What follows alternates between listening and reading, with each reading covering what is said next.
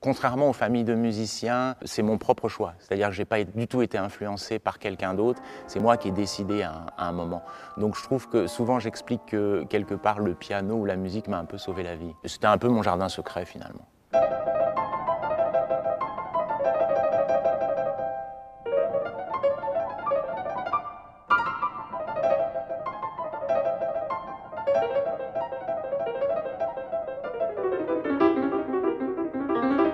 Alors c'est un peu particulier, je ne fais pas partie d'une famille de musiciens. J'ai découvert le piano simplement en le voyant dans une vitrine, dans un magasin. Je devais avoir 6 ans. Et ma maman, du coup, au bout d'un an, s'est dit bon, il est vraiment motivé pour le piano, donc on va l'inscrire dans la petite école qui est à côté, tout simplement. Alors, le piano est plus ou moins facile à apprendre. De premier abord, comme ça a l'air assez simple. On appuie sur une touche et ça fonctionne. Après, il y a quelques petites difficultés. Une fois qu'on a abordé le clavier, c'est, je dirais, l'indépendance des mains, finalement. Parce qu'on gère beaucoup de choses, on ne gère pas que la mélodie. Si on regarde le clavier, il est organisé avec des touches noires et des touches blanches. Si, par exemple, je joue uniquement sur les touches blanches, ça donne ceci. Sauf que sur le piano, il y a également des touches noires qui permettent de jouer des plus petits intervalles et notamment ce qu'on appelle la gamme chromatique.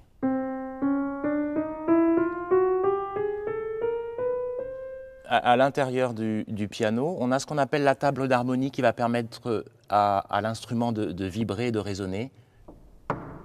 Au niveau des cordes, plus on va dans les aigus, plus on a de cordes. Dans les graves, on a des cordes filées en cuivre, une.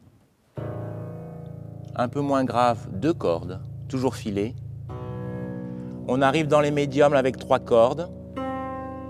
Et dans le suraigu, 3 cordes aussi. La touche remonte le marteau qui vient frapper la corde. Et il y a également une autre chose ici, ça s'appelle un étouffoir qui remonte et qui permet à la corde de vibrer.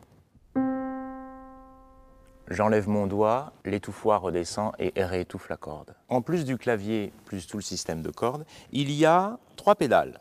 Déjà la première, c'est celle de droite, qui permet aux étouffoirs de soulever, tous les étouffoirs.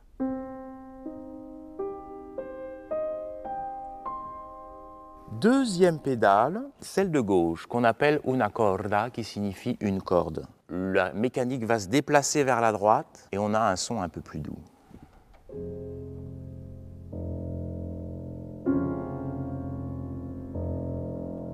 La dernière, c'est ce qu'on appelle la pédale sostenuto. Je vais sélectionner 3 notes, je vais jouer 3 notes sans son.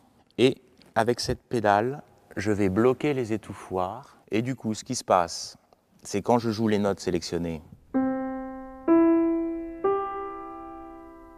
elles rentrent en vibration. Et si je joue les notes à côté, elles ne sont plus en vibration. Alors le piano s'est agrandi au fur et à mesure de son évolution. Et maintenant on arrive à 88 touches.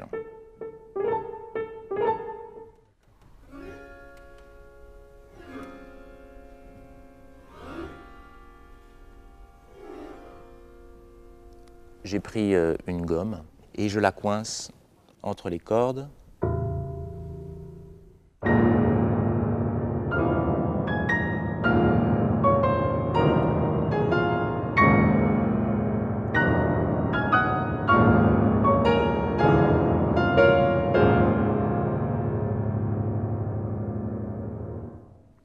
Alors l'avantage du piano, pour moi, c'est qu'on peut tout jouer. On peut même remplacer l'orchestre. On peut jouer aussi bien de la musique classique, de la musique romantique, de la musique contemporaine, du jazz, pop, rock, tout ce qu'on veut.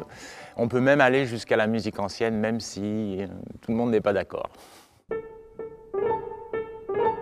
En Amérique du Sud, où je suis arrivé sur les lieux du concert, dans un parc, et puis il y avait un vieux piano qui qui était au fond de la salle. Vous allez l'accorder?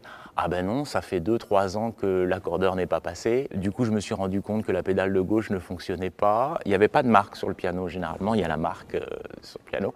Et du coup, j'ai dû tout changer parce qu'il y avait des pièces qui ne fonctionnaient pas du tout sur le piano en question, quoi. Ce que j'ai décidé avec l'organisateur, c'est du coup de changer mon programme et essayer de l'approprier avec l'instrument que j'avais sous la main. J'aurais pu faire du Chopin à la limite.